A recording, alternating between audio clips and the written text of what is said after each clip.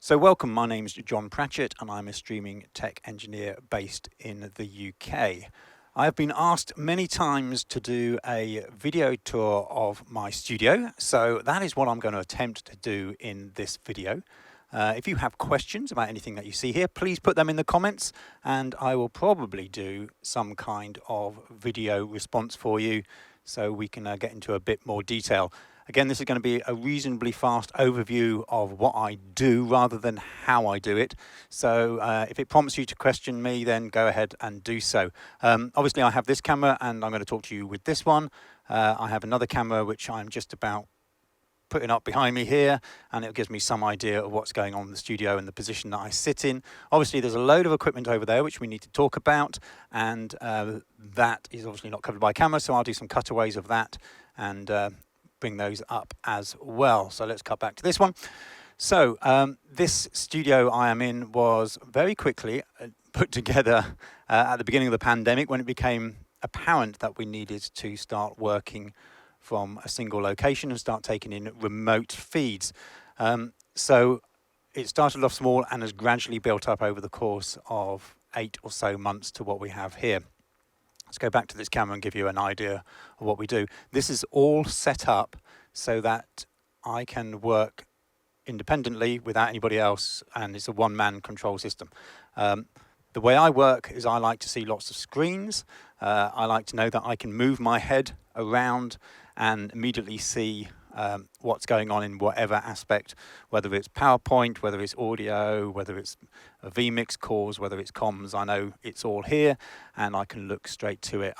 Other instances, you will find that some people like to do fewer screens and use KVMs, for example, which is a perfectly good way of doing it as well. Just the way that I work, I just like to do that. So that's what I'm doing here. So let me go over, you're looking over my shoulder at the moment from my main control position. I'll very quickly go over what you're seeing. We have 2 screens here. These 2 screens are connected to my main vMix machine, vMix being the sort of the central system that we're using here, and obviously a lot of us are now using to take in remote feeds. I have a number of vMix machines. I'm the type of person who likes to have a bit of redundancy, so that's what I have here. I have this main vMix machine here, which is running, I call it my cut vMix machine, so all my feeds come into this. Via NDI, I run all my VTs and graphics through this machine. I don't do any encoding, that's all done by hardware over there. And I don't do any vMix calls on this machine. This just takes feeds in, I cut up my show, and then we stream it out. So that's what this machine does. It has 4 screens on it. These 2 I tend to use for my GUI. I have a screen down here, which I can either, currently it's running a TX output, which is obviously showing me at the moment, but I can put multi-view on there. It's just running one of the full screen out. And then up there, which I'll give you another shot of, there we go. That is a larger 4K monitor, which at the moment has a multi-view on it. I tend to keep it as a multi-view just in case I want to quickly look up and look at some inputs or something like that. I can see it on there without having to look at or change anything on my GUI. Main GUI I keep in here. This side of things tends to have things a bit like any website detail, notes from producers and things like that on the show. And sometimes I'll even run my audio on there. We use X32s here, and that is controlled software-wise here, but also you will notice down here we have another machine which again is a Windows machine, and I have the X32 Edit, M32 Edit software on there. I run an X32 core and I run an X32 rack. So I run 2. I'll talk to you about that at another time as to why I run 2. But I can control those from here or here. Software-wise, obviously I also have a controller here, which is a Behringer X-Touch, and this is running X-Control protocol directly to the X32 core. So this item here is not running MIDI or anything else, it's just doing X-Control straight to the X32 core over the network. No plugins or anything required, just a network cable, plug it in, and off you go. Again, we can talk about that in more detail at another time. What else do we have? Lots of screens. We have here a laptop. This is a Asus 4300H AMD 2060 graphics card in here, 32 gig of RAM, 1 terabyte SSD, NVMe drive, of course, and that is here normally just for doing things like Teams and stuff like Zoom as well, or Skype or whatever. Everything here is running dual networks, so one for Dante, which we'll go into detail, and another one for NDI. And so this laptop has 2 network cards in there, and one of them is being used for Dante, and one of them is being used for NDI. This sits here and is just there available for me if we need to take a guest in through that way. Normally, the sort of stuff that I do, I don't need lots of Zoom people coming in, so I don't need lots of laptops and pinning them full screen. It's not the type of work that I do, but we do tend to have people coming in through Teams. So we run Teams on here, and that will give me up to 8 NDIs out into my vMix cut machine. What else have we got? Lots and lots of stuff.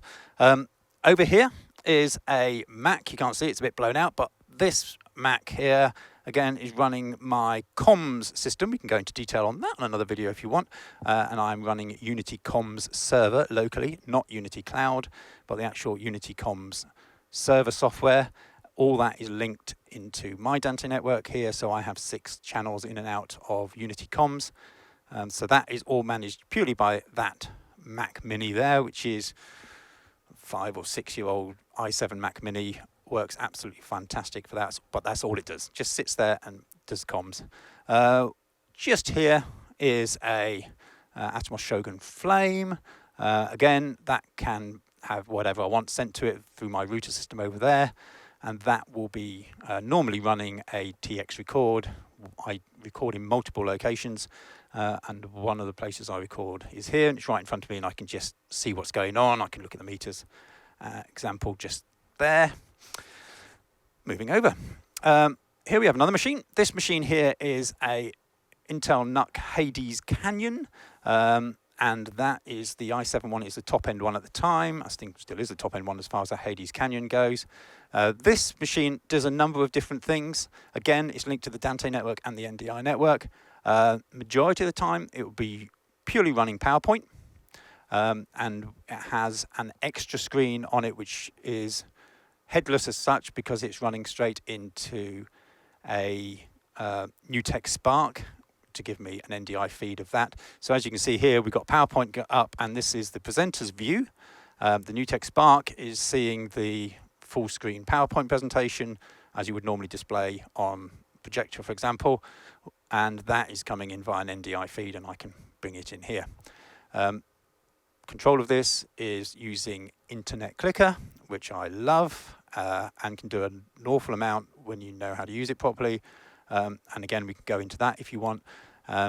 This also sits there and tends to run a background meeting of Google Meet, which we use for emergency dial-in phone numbers. We don't take any video in from that, but it's linked to the Dante network. And then at any point, I can bring in somebody via a caller. They just call the number, put the pin in, and they're in, and they can hear whatever's going on, and it's just like taking a caller. So that works great. Let's go around to the left a bit. Again, another laptop. This one is just an HP Omen, and this one here is, again, most of the time it's running PowerPoint, but it can run some other prompt software, and we tend to use that for prompts or cues for our presenter. We would send that down vMix call or some kind of return to them, and a lot of the time it's just plain old PowerPoint with their notes on or their cues, their scripts on there. And again, they would use Internet Clicker just to click through to the next page. We tend to try to get the cue and the prompt for each section onto one page, and they can just flick through it, and it's just there because we create a custom return again for them so they can see what they want to see on that. Again, we can go into that if you want to in more detail. Under here, you can't quite see it, but there is a MacBook. So it's a MacBook Pro 2017, and we tend to use that just for a remote producer to come in, for example. We would probably NDI a multi-view onto that, and what we would send them is either a feed via OBS Ninja, which works really well. And some producers just like to use TeamViewer, so it has TeamViewer on there as well. So if we want to, we can just bring it in through Studio Monitor, put it up, and they can TeamView it and see it, and they like that. So we do that. So that's it, mostly screens-wise. Oh, you'll notice there's an iPad Mini here. This iPad Mini, again, is hardwired in. So it's hardwired to the network, and we do a audio to Dante conversion on this, and we can just use it as an audio card. So I can press a button and we can play some music in the background if we wanted to. It just sits there. It's quite nice to have. Again, if I wanted to put that, somebody needed to do stuff and see stuff from an iPad, that's again available as an NDI source on this network. So everything that we see here, I try to make available on the NDI network. It's a substantial network. We'll go into that in a minute, of how it's all connected up to a point anyway, and show you how we connect everything for Dante.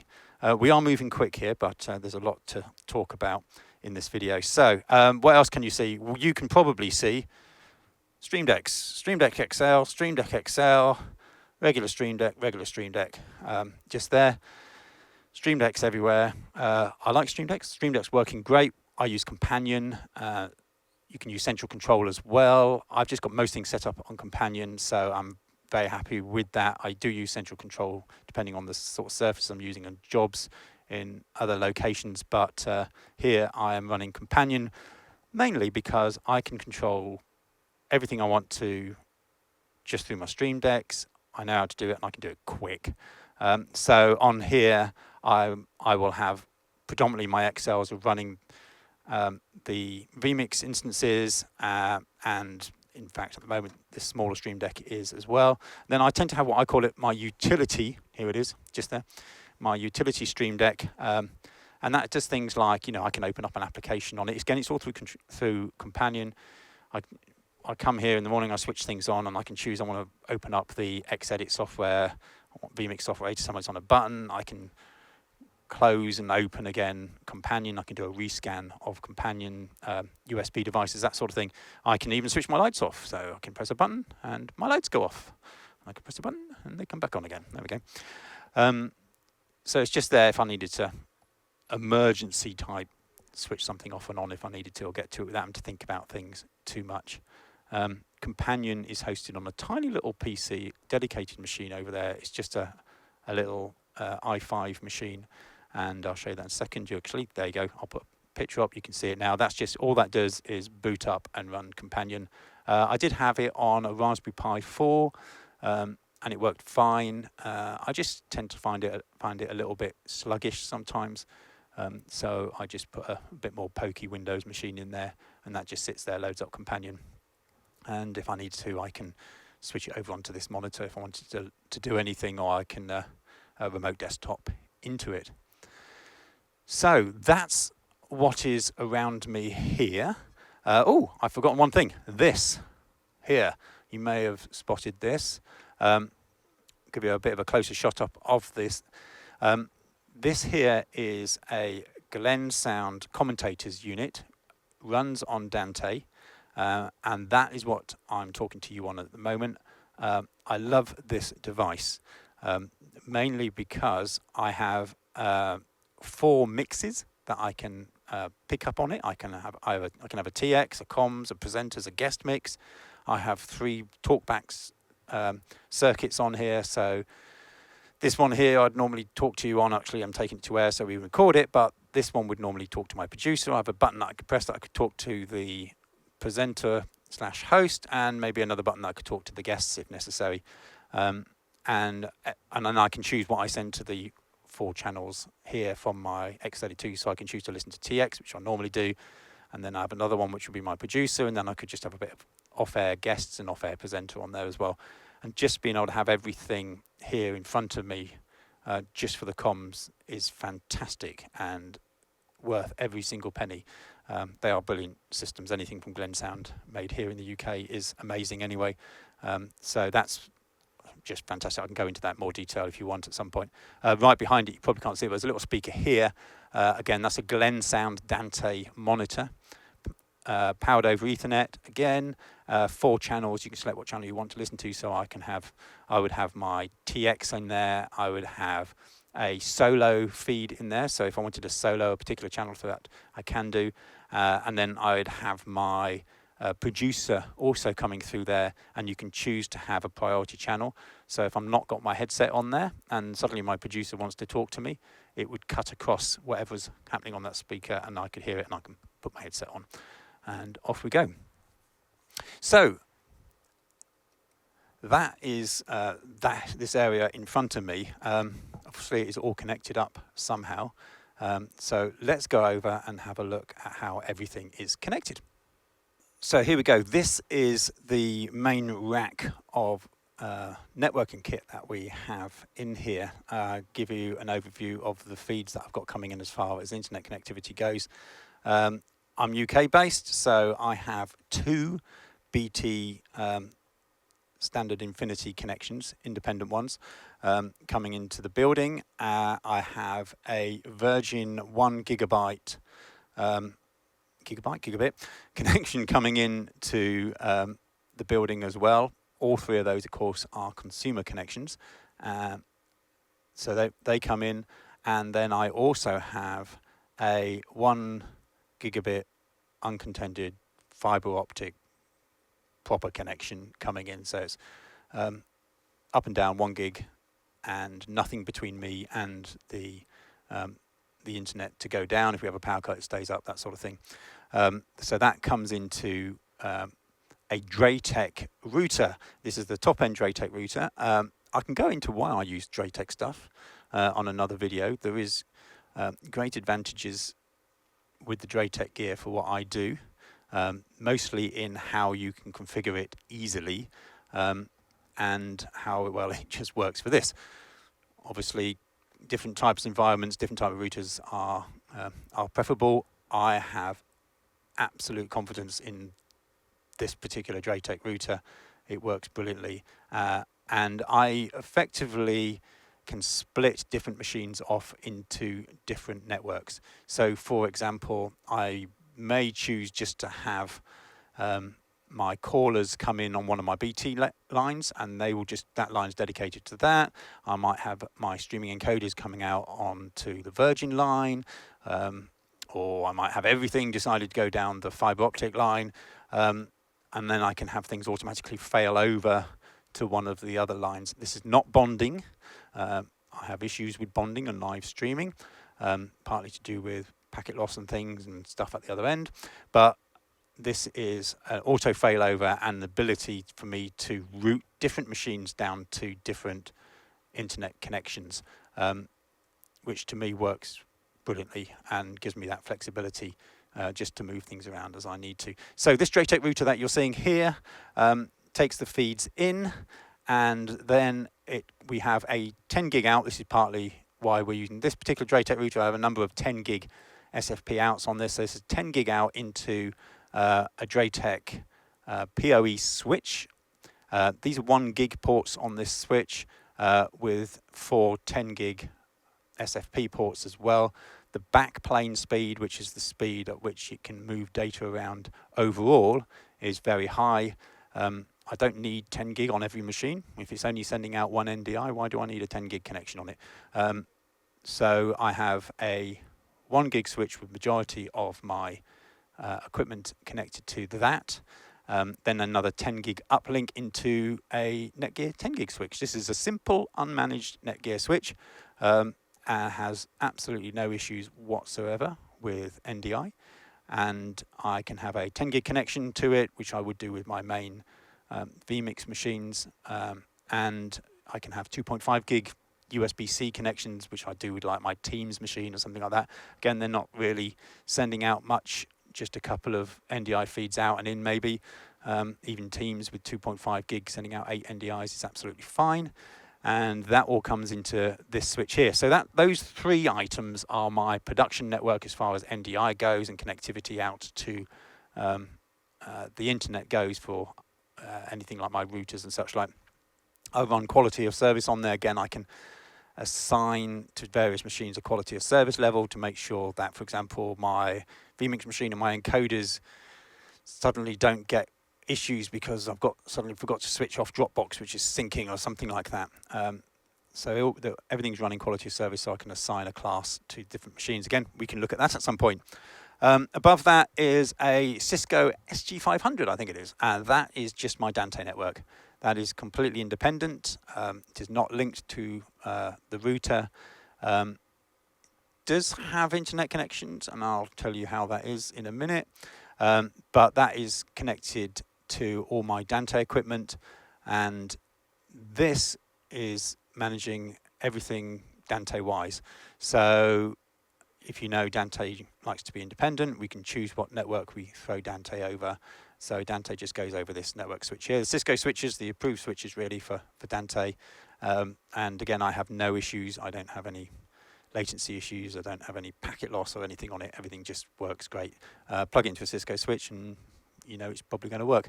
I did mention it has internet access. What I do have, and I haven't actually, I didn't mention it earlier, is that I also have a Vodafone 5G gigacube here.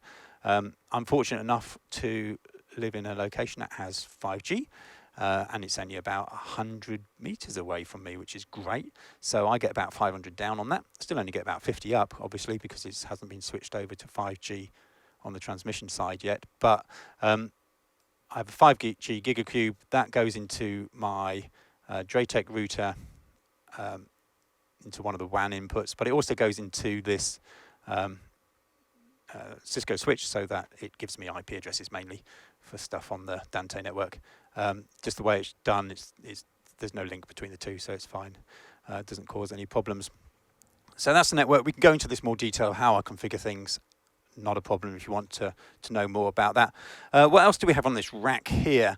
Well, we also have, you'll see a Glensound Dark 8.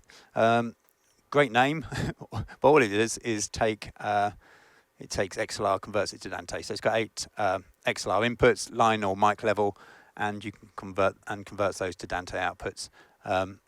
And what I do with that is I take a feed from this machine here, which is the Shogun Inferno, which has my TX, which is going to the to my encoders via SDI. I take that and I plug that into the Dark 8 via these XLR outs here, and that's what I can listen to for TX. So I know that the feed that is going to the encoders, which is going on air, I'm listening to that SDI embedded audio, video, and I can check sync and things like that. That works great. Above that, standard Blackmagic Video Hub clean switch. I don't need many here. I might update it. I've got a 20 or 40 sitting in my unit, so I might update that. I don't need clean switching, but at the moment that's enough for me just to route a few SDIs around as I need to. Here we go. Above this, I've got 2 AJA Helos, which are, in fact, normally my backup encoders, and they sit up here. So both of those coming off the router. So if I wanted to, I can set different feeds to those. And at the back of this, if I pull this out, you will see that we have a KillerView decoder here. I've got a number of these sat in some drawers and things. I plug them in as I needed, but this particular one I just tend to leave on. It's ready to take an RTMP feed in, which I take in from a LiveView Solo. Really easy way of getting in a remote camera if I wanted to into the system. That comes into this and then comes out SDI, and then I can bring that straight into vMix if I need to with the audio on that. And then right at the bottom here, there's a blue box which I haven't talked about yet, and that's my main encoder, and that is an Internorth direct router, and that requires a video all of its own. So that is that can take SDI in, NDIs, SRTs, RTMPs, you name it, and I can create multiple encodes, H.264 encodes to say YouTube and whatever. I can do SRT to NDI conversion, all sorts of stuff with this. It's an expensive piece of kit, but it is amazing, and at some point we will do a video just focusing on that. But that is my main encoder. Over here, let's have a look. Here are my machines. Starting on the right, this is that little machine that I used for the companion. This NUC Bean Canyon, it's an i7 again. That was the one that I just have as a spare to my right. Mac Mini used for the comms system. This is my Intel Quartz Canyon i9 with a RTX 2070 graphics card in here. This is the vMix machine that I use and is the top monitor up here, that one there, that I use for the vMix system for call-in. So it tends to have my vMix calls in and things like that. So that is great little machine, been fantastic. Just sits there with a 10 gig Thunderbolt network card on there for my 10 gig connection. So what do we have here? It's the good old ATEM Mini Pro ISO. And what do we use that for? Well, we use that for recording for NDI feeds. And for that, I use the Apple TV 4K 5th gens with the Sienna NDI Studio software installed on them. As you can see, they just load up automatically straight into the Sienna software because they're running in kiosk mode. And from that, I can use a web interface or the controller just to select an NDI source and record that onto one of the channels on the ISO recorder. I do this because, as those who use vMix call know, multicorder does not support properly ISO recording vMix calls. You have all sorts of problems with resolution and frame rate drops and things which cause the recordings to screw up. So I use that because anything that goes to the Apple TV is then converted to whatever you want it to be and it stays solid as it is. Again, we can go into detail of how to set that up at some point if you wish. Here's my X32 rack and here's my X32 core. Again, all using Dante. I use 2 to give me 32 buses out because I like to be able to have lots of different mixes if I need to. Again, we can do a video on that. And above that is the Hades Canyon, which we mentioned before. And above that is a ATEM Studio HD. One of the things that I use for embedding the audio, because I come SDI out of my main cut machine into the router, which obviously routes into the ATEM HD, and then I convert a Dante output into the analog XLR, which goes into the ATEM, and that re-embeds the audio in it out of that into my encoders. And it gives me obviously so I can have 2 different channels out if I wanted to, coming out of my vMix machine. One going into input 5, one into input 6, and I can have then the aux and the TX coming out with the same audio. It just gives me some flexibility. And if I need to do any tweaks and things like that to delays, I can do that on there, but I tend to do that on the X32. Let me just open this up again. This is another piece of kit that I have in here, which is a Sonifex Dante to SDI Embedder, de-embedder. Amazing piece of kit. You can take up to 16 channels of Dante and embed that into the 16 channels on SDI, and likewise take 16 channels of SDI audio and de-embed that to Dante. I think we're pretty close to what we've got here in the studio. As I say, this is a whirlwind tour of the studio. Just checking to see how long we've been going for. Probably far too long. If you have questions on how I do things, then please do ask, and I will put some videos together and we'll go into details on each individual sort of aspect of how things are connected and how and why I do things. You know, how and why do I use Companion? How and why do I use multiple vMix machines together? How am I using my Dante setup as far as audio and routing audio with vMix? You name it, ask it, and I'll try and put something together which hopefully will be helpful for you. This is my channel. This is my first video. Thank you for watching it. I appreciate if you would subscribe. That would be great. And I'm going to start putting out more and more videos of how we're doing things here, especially during lockdown and this pandemic. It's let's try and help each other out with tips and tricks on how we can do things for this live streaming world that we find us in. Thank you very much for watching. If you have any comments or questions, please put them in the comments section below. Thank you very much.